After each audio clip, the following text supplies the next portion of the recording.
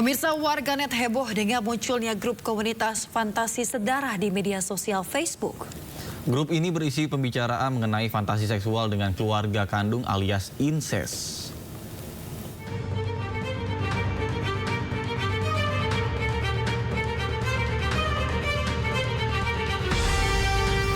Dalam grup komunitas yang berada di Facebook dengan nama Fantasi Sedarah ini berisi cerita-cerita fantasi seseorang dengan keluarga kandungnya.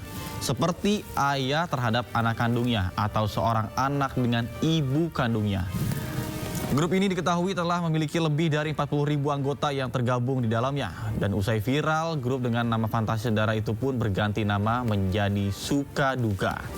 Usai ramai dikecam masyarakat, Kementerian Komunikasi dan Digital Komdigi memblokir 6 grup Facebook yang memiliki konten mesum. Sementara itu, Polda Metro Jaya kini berkoordinasi dengan pihak terkait dan tengah menyelidiki akun tersebut, termasuk orang-orang yang terlibat di dalamnya. Tadi kami juga sudah koordinasi dengan Direktorat Cyber Polda Metro Jaya. Dan kalau rekan-rekan juga lihat di Instagram punya Kominfo juga, dan ada jawaban dari Humas Mabes Polri di situ. Jadi sudah pasti Direktorat Cyber Polda Metro Jaya akan menyelidiki dan mendalami tentang akun Facebook tersebut. Ya, sekali lagi akan menyelidiki dan mendalami segala sesuatu yang ada di akun Facebook tersebut. Pemirsa, Presiden kelima Republik Indonesia Megawati Soekarno Putri menganggap tuduhan ijazah palsu bisa selesai dengan cukup menunjukkan ijazah asli. Sementara Wakil Ketua Umum Partai Golkar meminta masalah ini tak perlu dibesar-besarkan seakan menjadi masalah nasional. Ini bener pinter atau ngerepek iki? Loh, orang banyak tuh sekarang gonjang-ganjing urusan ijazah bener apa enggak. Presiden kelima Republik Indonesia Megawati Soekarno Putri ikut berkomentar soal tudingan ijazah palsu Joko Widodo. Hal itu disampaikan Megawati dalam acara peluncuran buku di Badan Riset dan Inovasi Nasional atau BRIN. Menurut Mega, persoalan tersebut bisa diselesaikan dengan mudah, yaitu cukup menunjukkan ijazah aslinya untuk membantah tudingan itu. Nah, supaya apa? Ini bener pinter atau ngerepek iki? Loh, orang banyak tuh sekarang gonjang-ganjing urusan ijazah bener apa enggak. Lah kok susah amat ya? Kan kalau ada ijazah ya udah aja dong. Kasih aja, ini ijazah saya. Partai Golkar punya pendapat berbeda. Politisinya Idrus Marham menyebut Golkar tidak berkepentingan untuk ikut campur dalam kisruh ijazah Jokowi. Katanya perdebatan ini bisa diselesaikan baik-baik tanpa perlu dibesar-besarkan.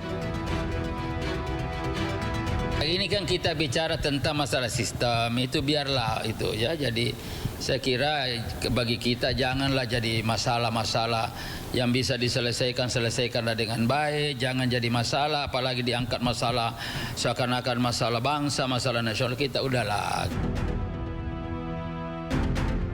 Soal tudingan ijazah palsu, Presiden RI ke-7 Joko Widodo menutup pintu damai atas kasus dugaan ijazah palsu yang disidangkan di Pengadilan Negeri Solo, Jawa Tengah.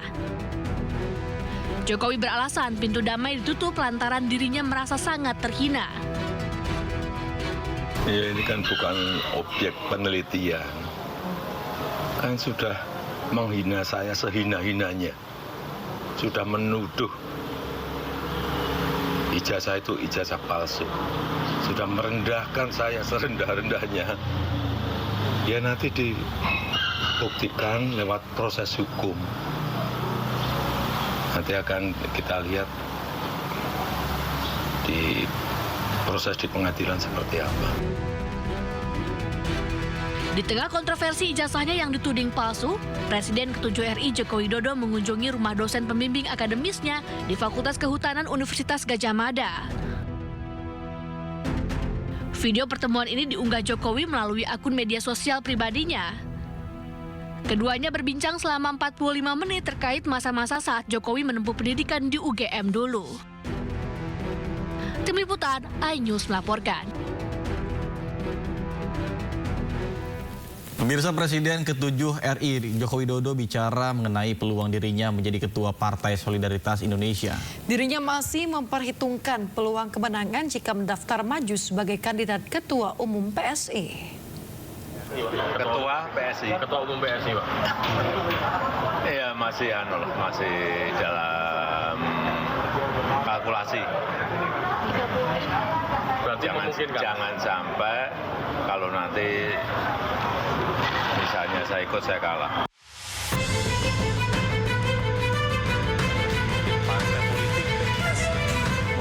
Itulah yang disampaikan Presiden ke-7 RI Joko Widodo soal peluang dirinya menjadi Ketua Umum Partai Solidaritas Indonesia atau PSI.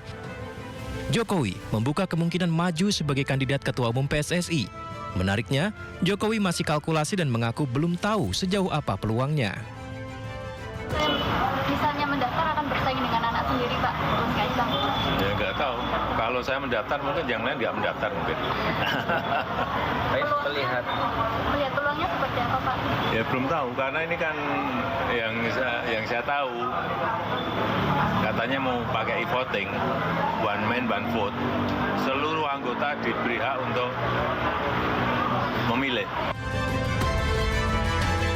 Diketahui Kongres PSI dijadwalkan akan berlangsung di Solo, Jawa Tengah pada 19 Juli 2025 mendatang dengan agenda utama pemilihan Ketua Umum baru. Tim Liputan iNews melaporkan. Sementara itu, pengamat politik Henry Satrio mengatakan bahwa persentase Joko Widodo menjadi Ketua Umum PSI sangatlah tinggi. Ya, meski demikian pemirsa, Jokowi dinilai tidak akan maju sebagai calon ketum PSI karena masih membutuhkan partai yang lebih besar untuk meneruskan langkah politiknya. Jokowi menjadi Ketua Umum PSI sih tinggi sekali, besar itu.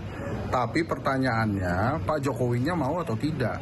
Sebab kan sudah jadi rahasia umum. Ya nampaknya ini disiapkan menjadi perahu salah satu anaknya Pak Jokowi ya. Saat ini Mas Kaisang yang menjadi Ketua Umumnya. Tapi kalau menurut saya, kecil kemungkinannya Pak Jokowi mau mengambil kursi Ketua Umum PSI.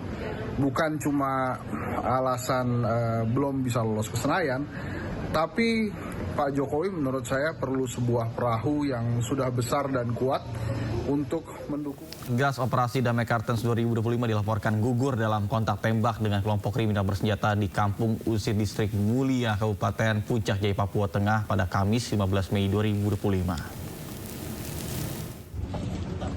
Pemirsa, 2 personel Satgas Operasi Damai Kartens 2025 yang gugur dalam kontak tembak di Distrik Mulia Puncak Jaya adalah Bribda Dedi Tamburan dan juga Barada Raymond Rere. Kedua korban sempat dievakuasi ke RSUD Mulia, namun nyawanya tak bisa diselamatkan. Kedua jenazah kemudian dievakuasi ke Timika untuk disemayamkan ke Makobrimob Detasemen B Timika sebelum dikembalikan kepada pihak keluarga. Kepala Satgas Humas Damai Kartens, Kombes Yusuf Sutejo menyatakan kontak tembak dengan KKB yang dipimpin Terius Enumbi terjadi di Kampung Usir, Distrik Mulia, Puncak Jaya. Satgas Operasi Damai Kartens masih menyisir wilayah sekitar TKP guna memburu anggota KKB.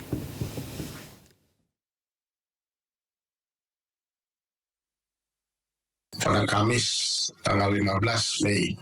Kedua korban adalah Bribda Dedi Tamburan serta Barada Raymond Rere. Keduanya merupakan personel aktif dalam Satgas Operasi Damai Kartens 2025. Kedua korban sempat dievakuasi ke RSUD Mulia, namun saat tiba di rumah sakit, mereka dinyatakan telah meninggal dunia. Menanggapi kejadian ini, tim kami dari Satgas Operasi Damai Kartens 2025 langsung bergerak ke lokasi kejadian dan melakukan pengejaran terhadap para pelaku. Aparat gabungan hingga kini masih melakukan penyisiran di wilayah sekitar guna mengamankan situasi dan mengejar para pelaku.